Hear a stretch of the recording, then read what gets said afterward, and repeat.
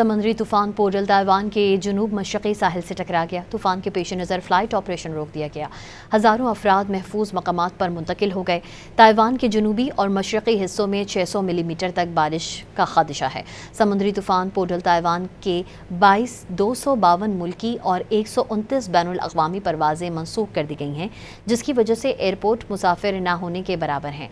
Taiwan के महकमा मौसमियात के मुताबिक पोडल मकामी वक्त के मुताबिक दोपहर 1 बजे जनूब मशरक़ी शहर ताइतुंग से टकराया। तूफ़ान से कबल हुक्काम ने शहरियों को महफूज मकामात पर मुंतकली की हिदायत की थी, जबकि 5,500 से ज़ायद शहरियों को महफूज मकामात पर मुंतकिल कर दिया गया था।